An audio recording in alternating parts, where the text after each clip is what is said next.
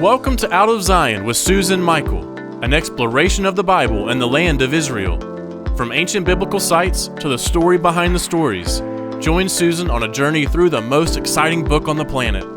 Hit the subscribe button for future episodes, which will deepen your faith and bring the Bible to life. And now, here's our host, Susan Michael. Well, hey there and welcome back. This is the Out of Zion podcast, our Israel Answers series. We're taking a few weeks here to connect the Bible to modern Israel. So we're spanning the gap, filling in some information to help prepare you for our future episodes where we're going to answer questions about Israel, about the Bible, and about you and how it affects you. So the last 2 weeks, we talked about the development of Judaism and then Christianity. This week, we're going to talk about an ugly reality that has been there throughout all this history, and it is the ugly face of anti-Semitism. Now, this is a really important issue for you to understand, so I encourage you, stick with me for a few minutes here so that you understand what is going on today and the responsibility on our shoulders to stand against it today. You know, in 2014, there was a global study of the entire world, and it determined that 25% of people on the planet held anti-Semitic views. That's a lot of people. And 70% of them had never met a Jewish person. Whoa, what does that tell you? We have a problem here. It's a problem of propaganda. It's a problem of conspiracy theories, of lies. These people had never even met a Jewish person, and yet they held these negative views about them. Well, since 2014, nothing has gotten better. It's only gotten worse. And anti-Semitism is surging around the world. It's epidemic levels in the Middle East. It's at pre-Holocaust levels in Europe. It's even surging here in the United States. Last year, New York, and last year being 2021, New York recorded 100% increase in anti-Semitic incidents over the year before. And in Los Angeles, they recorded a 59% increase from the year before. So let's talk about this. What is anti-Semitism?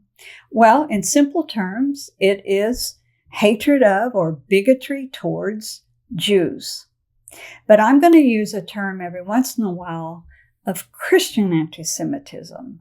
So what would be a definition of Christian anti-Semitism? And that would be when a professing Christian uses the Christian scriptures to denigrate Jewish people and support anti-Semitic tropes and conspiracy theories.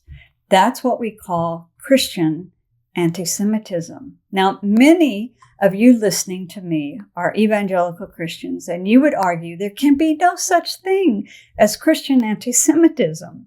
I mean, it's an oxymoron, right? How can you be a Christian and hold hatred or bigotry towards anybody, but especially the Jewish people, the roots of our faith?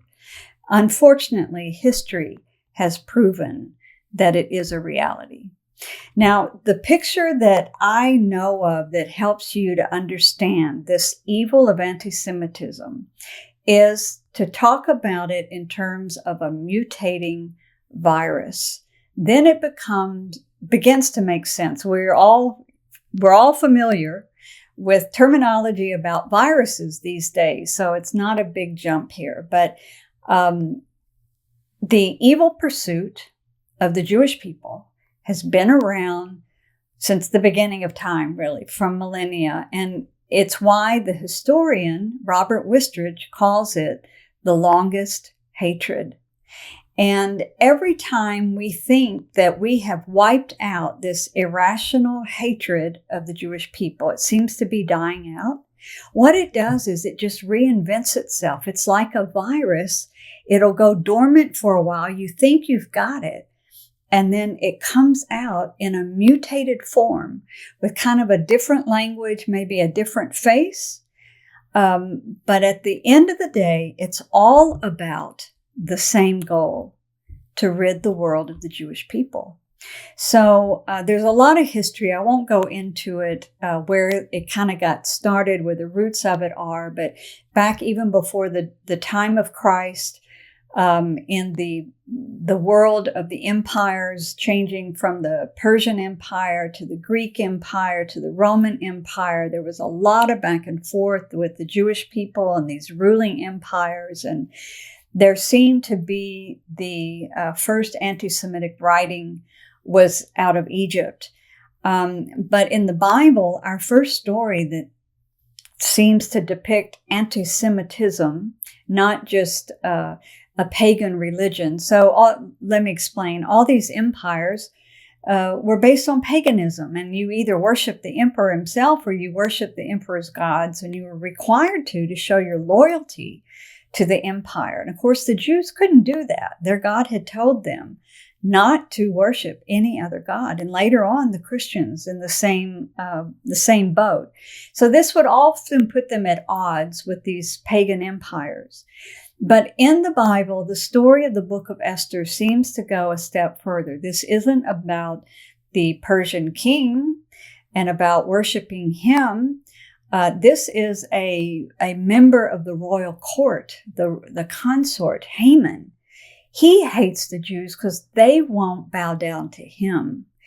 And so he devises this plan just to have them all killed. Just kill them all. And so the story of Esther really is a very good example of just an irrational hatred of the Jewish people. And in the ancient times, paganism may have had some part to do in it. And then under the Greeks, we have the story of Hanukkah, which isn't in the Bible. It happened in between the Old Testament and the New Testament. But it was all about the Seleucid king, Antiochus IV Epiphanes. And he tried to enforce paganism on the Jewish people. And they revolted, and they actually defeated his forces, regained sovereignty, and that's what the celebration of Hanukkah is all about. But you would think once these pagan empires gave way to the Christian empire, when the Roman Empire became Christian in the 4th century AD, you would think that this anti-Semitism and this struggle with the Jewish people would have ended, but that's not at all. Instead, anti-Semitism just came into the heart of Christianity and Christian Europe, and where the Christian people preached against the Jewish faith and then began to discriminate against the Jewish people and passed all kinds of laws against them. And I talked a little bit about this last week. I'll repeat it very briefly, that it's the preaching against the Jewish religion that started in the church fathers. And then that became translated into laws that discriminated against the Jewish people. They couldn't hold certain jobs. They couldn't have certain professions. They couldn't own land. At times, they were rounded up and forced to live in ghettos. At times, they were actually expelled from countries. At times, their children was kidnapped and they were forced to be baptized, trying to force them to become Christians. It's a really long, terrible history of what we would call Christian anti-Semitism. And sometimes we tend to think, oh, well, that was the Catholic Church, or that was the other church. That's not us. We're Protestant now. We're evangelical. But unfortunately, the story is continued under the father of the Reformation, Martin Luther. He reached out in very friendly ways to the Jews. He said, no wonder you haven't converted to Christianity the way you've been treated. So he was very nice to them, expecting that they're now all going to convert to Christianity. And when they didn't, he turned against them. And he wrote terrible anti-Semitic things against the Jewish people. And his writings were later reprinted and used by the Nazis in order to keep the church quiet while he carried out what he said Christianity had actually already been preaching. So Christianity did not carry out the Holocaust, but the Holocaust definitely, we paved the way for it. Christian anti-Semitism paved the way for the Holocaust. But now the Nazis, their anti-Semitism was not based on a religious philosophy. It was based on racial theories and eugenics, and the belief that the races are different and that there are some more developed races and there are underdeveloped races, and there are underdeveloped races that are polluting the human genome, and so they needed to be eradicated. And top of the list of developed races was the Aryan race, and bottom was the Jews, and the Jews were living there amongst the Aryans. So the Nazi policies were based on racial anti-Semitism, saying these Jews were subhuman, they were evil, they were tainting the racial pool there in Germany, and they needed to be eradicated. Now, so they tried to eradicate all 11 million Jews in Europe. They made it through 6 million, but their goal had been 11 million. And it's just a horrendous piece of history. And the fact that Christian anti-Semitism paved the way for it, provided a bit of a foundation for it, is a travesty. And it's something that every Christian needs to understand this and come to terms with it and learn how to now approach the Jewish people with humility, first of all, and a bit of repentance, and with mutual respect. So we've gone from pagan anti-Semitism to Christian anti-Semitism to racial anti-Semitism, and that brings us up to today. Today, we wouldn't support any of those three expressions of anti-Semitism. So today, the virus has mutated, and it's come out with an expression that the Western world is actually tolerating. What is it? Well, today, the face of anti-Semitism is largely a political one. It's all about the Jewish collective, not the Jewish individual, but the collective, the Jewish state, the state of Israel. And so you can demonize Israel, and you can accuse them of being evil and Nazis and racist and all these crazy accusations.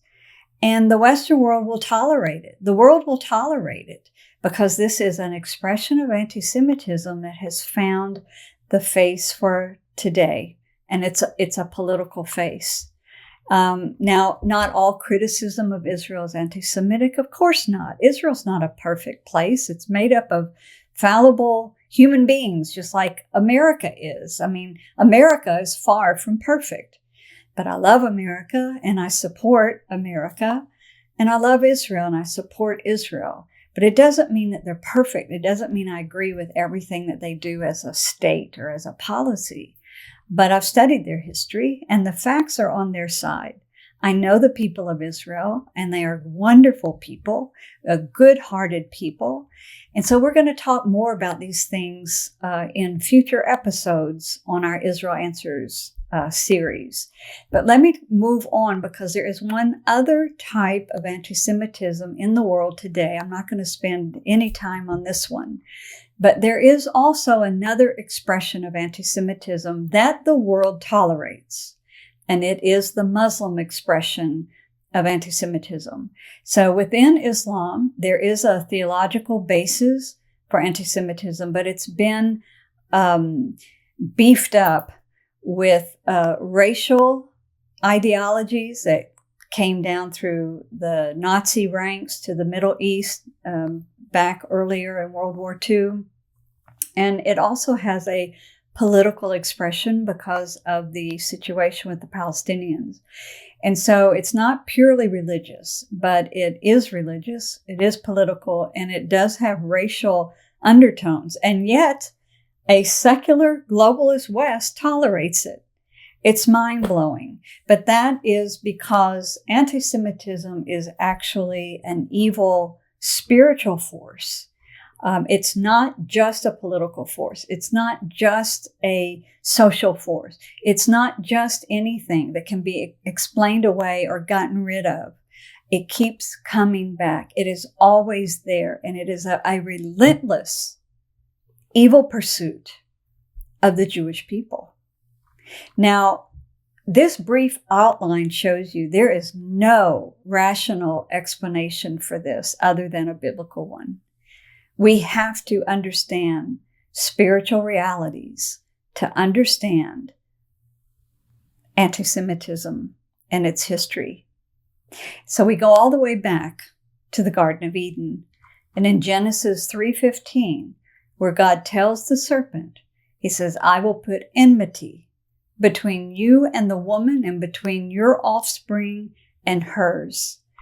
He will crush your head and you will strike his heel. Now, of course, this is a prophetic word about the Messiah would come and would crush the head of the evil serpent. But before that happens, there is this enmity between the forces of evil and against the woman.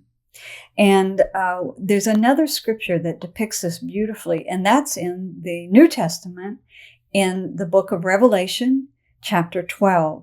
And there it describes a woman who is clothed with the moon and the sun and 12 stars around her head, symbolizing the 12 tribes of Israel.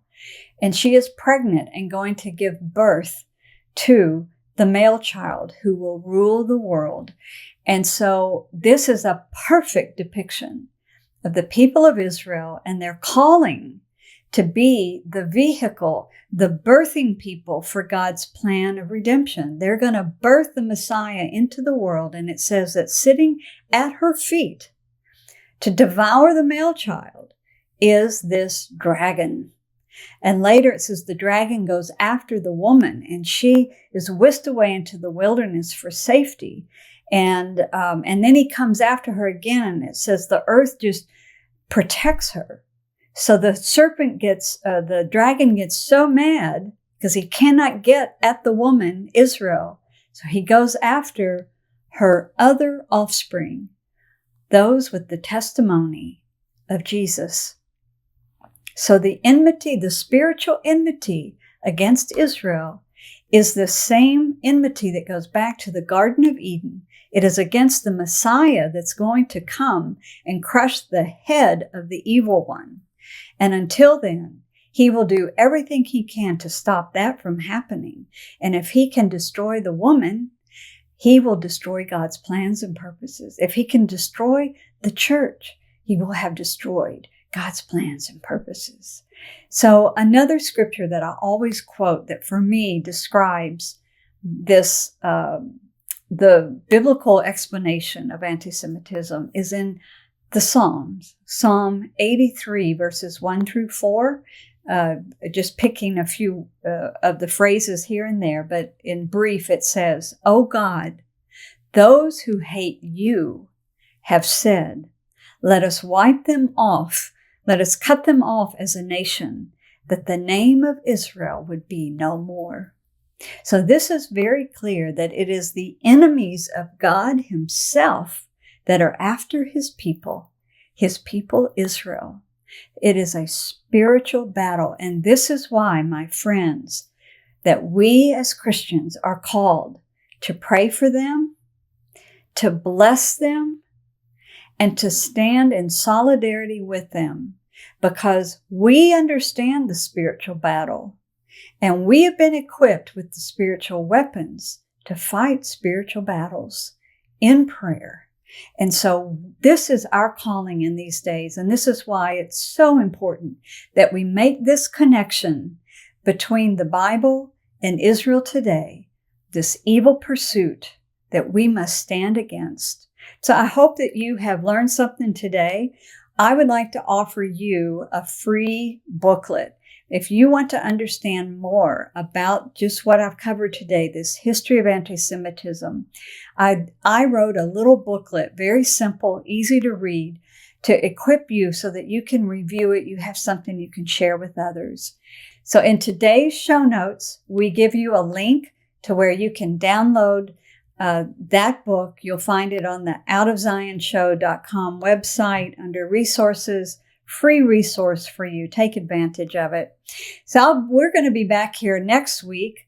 For the next 2 weeks, we're going to continue connecting the Bible to Israel today. And so I want to see you back here then. Until then, God bless. And I want to offer you a free download. We have a download, 10 reasons to stand with Israel. And actually, it's 10 reasons why Christians should stand with Israel. Get your free download by going to the link in today's show note, or go to www.outofzionshow.com and click on the tab for resources. We'll have it there as well. But be sure, download this free resource for you. We're going to be talking about some of the points in it in the coming weeks. So we want to make sure that you have it. You can print it out. You can share it with friends and family. Invite them to join us here on the Out of Zion show for our Israel Answers series. So we'll see you back here next week. And until then, God bless. We hope you have enjoyed this episode of Out of Zion with Susan Michael. Be sure to subscribe to Out of Zion now on Apple Podcasts, Spotify, YouTube, Pray.com, Salem One Place, Salem Life Audio. Out of Zion with Susan Michael is a production of ICEJ USA. All rights reserved.